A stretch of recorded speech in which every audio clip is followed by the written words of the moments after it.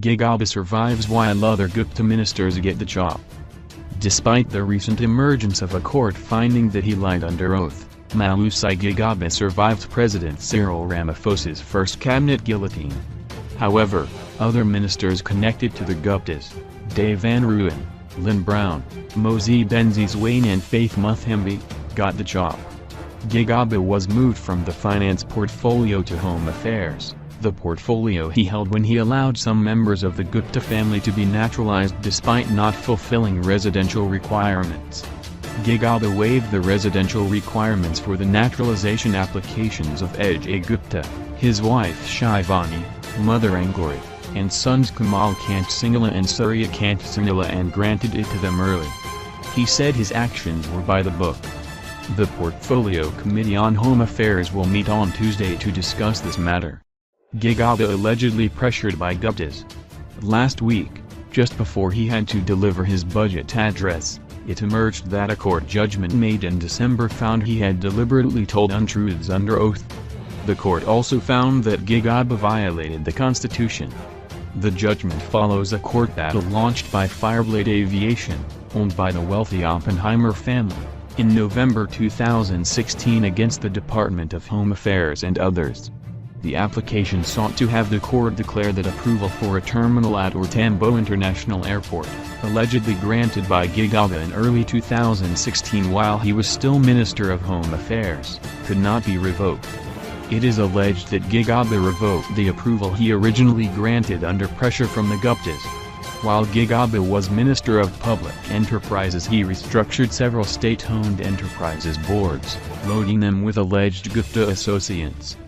Former Public Enterprises Minister Brown and her deputy, Ben Martins, were both cut out of Ramaphosa's cabinet. They have been embroiled in various allegations of impropriety unearthed by Parliament's investigation into state capture at state-owned enterprises, SOEs. Brown has been replaced by one of the members of the Portfolio Committee on Public Enterprises that is conducting that investigation, former Finance Minister Pravin Gordhan. Her name also cropped up in former Public Protector Thulai Madinsla's report, State of Capture. Madinsla's successor, Buzizai Ukbain, found last week that Brown inadvertently misled the National Assembly when she denied that there were engagements between power utility Eskom and Gupta-linked company Trillion Capital Partners in answer to a parliamentary question from the Democratic Alliance.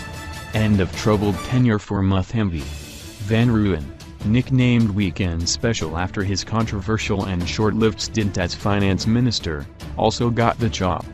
Van Rooyen visited the Gupta home in Saxonwold several times in December 2015, shortly before his days-long tenure as finance minister, Madinsley found in the State of Capture report. He has since admitted that he met with the Guptas, saying he did so in his capacity as the Treasurer General of the Uncondoleezas Military Veterans Association. However, this proved that he misled Parliament as, in answer to a question, he previously said he did not meet the Guptas. Ukbain made a finding in this regard earlier this month.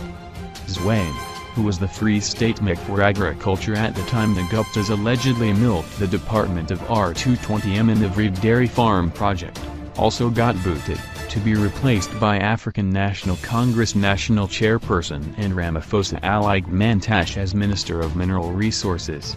Zwane was also mentioned in the State of Capture report and he allegedly irregularly helped the Guptas acquire Optimum coal mine from Glencore. After South Africa's four major banks closed the Guptas' accounts, Zwane announced that Cabinet had decided to investigate the banks. Cabinet never approved such a probe. The troubled tenure in Cabinet of former Minister of Public Service and Administration Muthembi, who was previously Minister of Communications, also came to an end on Monday evening. The Gupta leaks revealed that she allegedly sent cabinet information to the Guptas. The ad hoc committee that investigated the SABC board found her incompetent, and among the dodgy deals that committee highlighted was a deal with the Guptas. The New Age newspaper.